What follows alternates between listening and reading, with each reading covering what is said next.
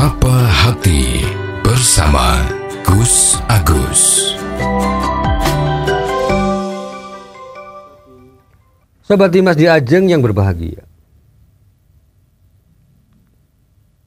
Karena niat ini menjadi salah satu rukun puasa, maka harus betul-betul kita melakukan dengan baik.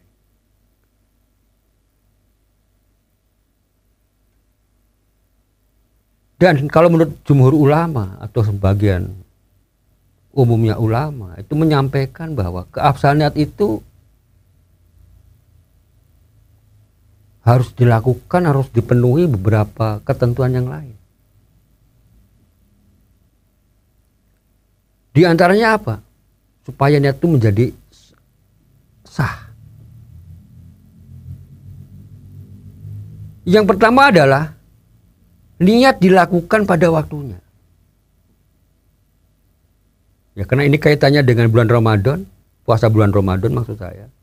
Maka ini harus diperhatikan. Niat harus dilakukan pada waktunya, yaitu antara maghrib dan menjelang subuh atau sebelum terbit fajar. Ini menurut jumhur ulama seperti itu. Kemudian yang kedua, menentukan niat dalam hati kita ini adalah untuk berpuasa wajib. Jadi niatnya itu harus dicetuskan dalam hati kita, atau dalam ucapan kita, atau dalam lisan kita, bahwa yang akan kita lakukan besok itu adalah puasa wajib.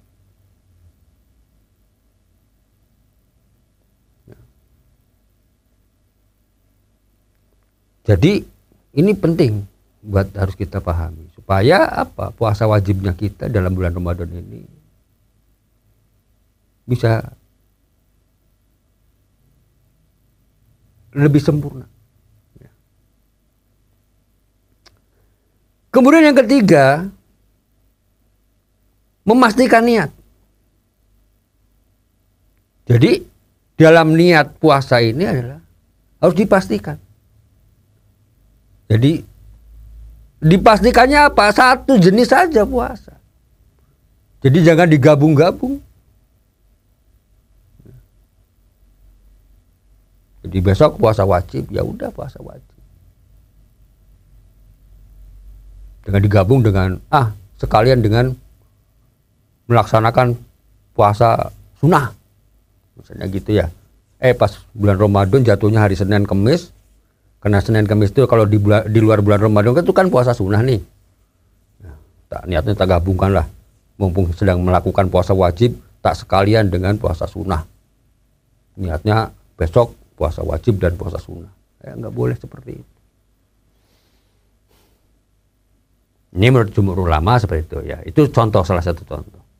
Kalau di luar puasa Ramadan pun sebetulnya sama saja. Artinya kalau kita melakukan puasa sunnah ya sunnah gitu aja. Kalau kita melakukan qada puasa ya qada puasa. Cuman kalau misalnya kita posisinya atau harinya bertepatan dengan hari yang bisa dilakukan untuk puasa sunnah, ya itu ya nggak apa-apa. Ini kalau menurut sebagian para ulama.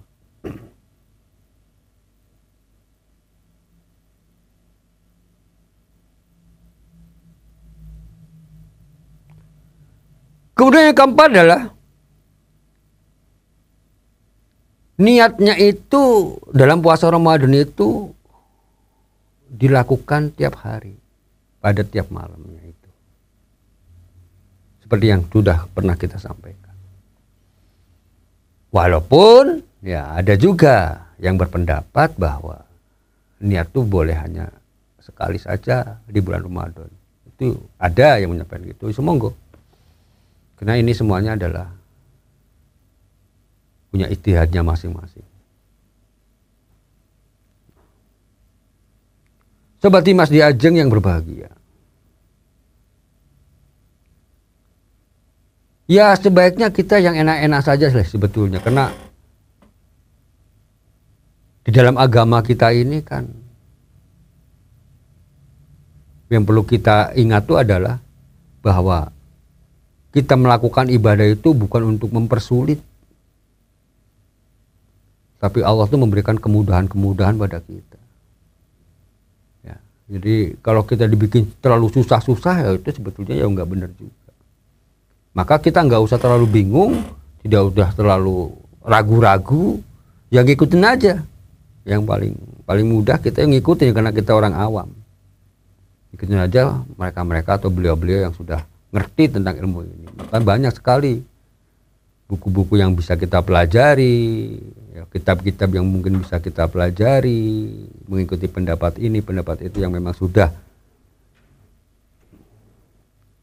mereka tuh memang sudah ahlinya dalam bidang itu. Itu yang paling mudah. Yang paling penting juga jangan kita mengambil keputusan berdasarkan hasil pikiran kita sendiri, itu jangan untuk masalah seperti ini, masalah hukum.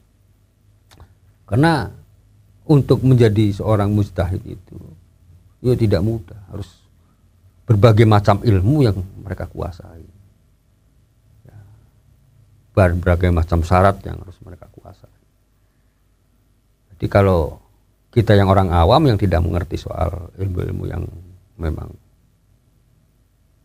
diperlukan di bidangnya itu, bisa jadi pendapat kita itu malah salah atau keliru, tidak sesuai dengan apa yang seharusnya dilakukan.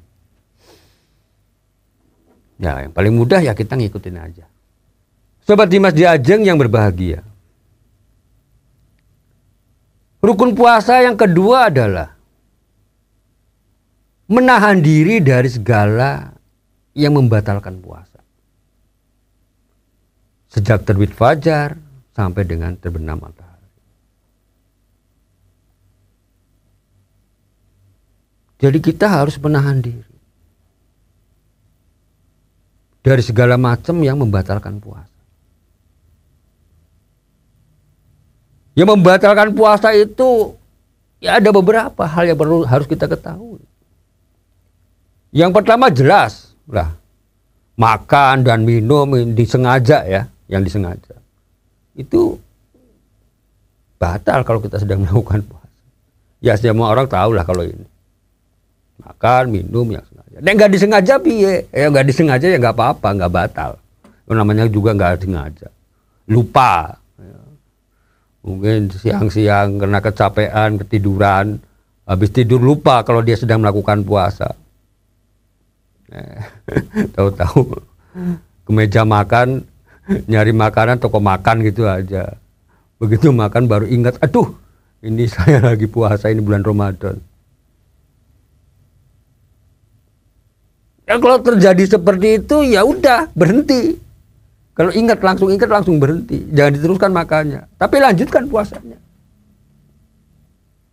Boleh, ya nggak batal puasa itu. Ini sesuai dengan hadis Nabi besar Muhammad SAW. Man nasiya wa huwa shaim fa akala aw syariba fal yutimma shaumahu fa innama at'amahu Allah wa saqah. Ini hadis yang diriwayatkan oleh Imam Bukhari dan Muslim.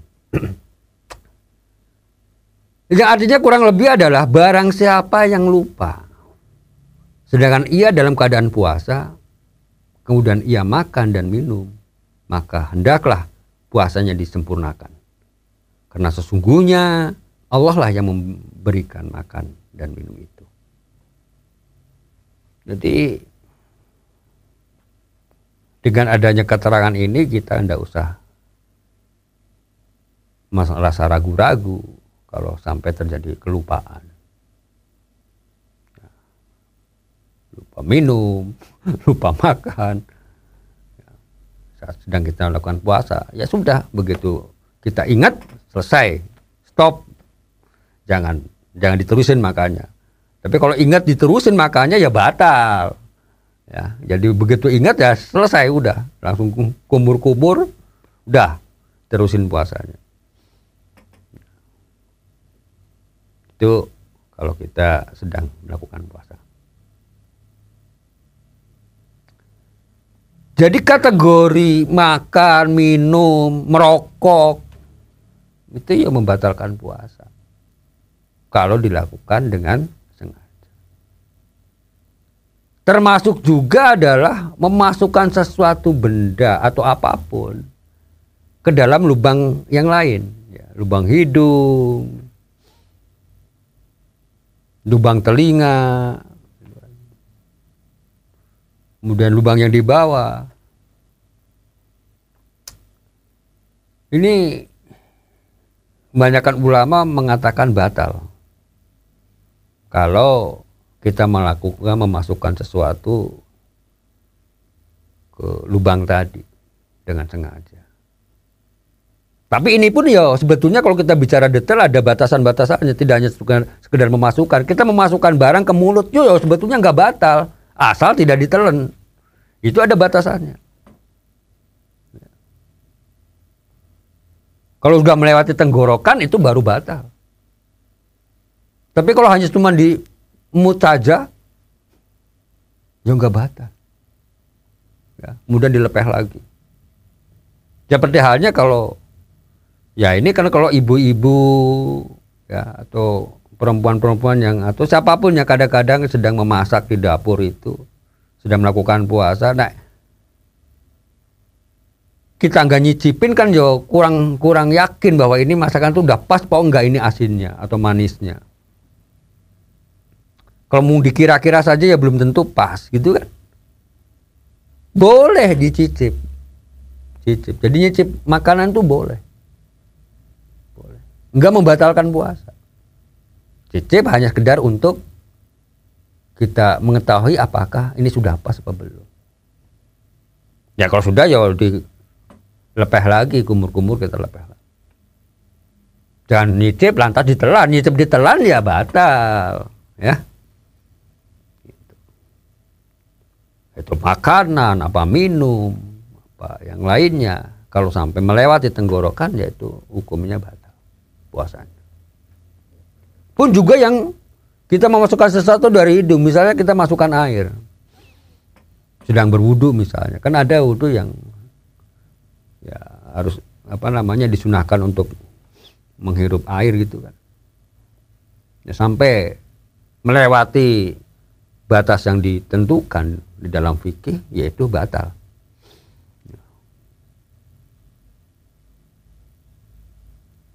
Sobat Dimas Diajeng yang berbahagia.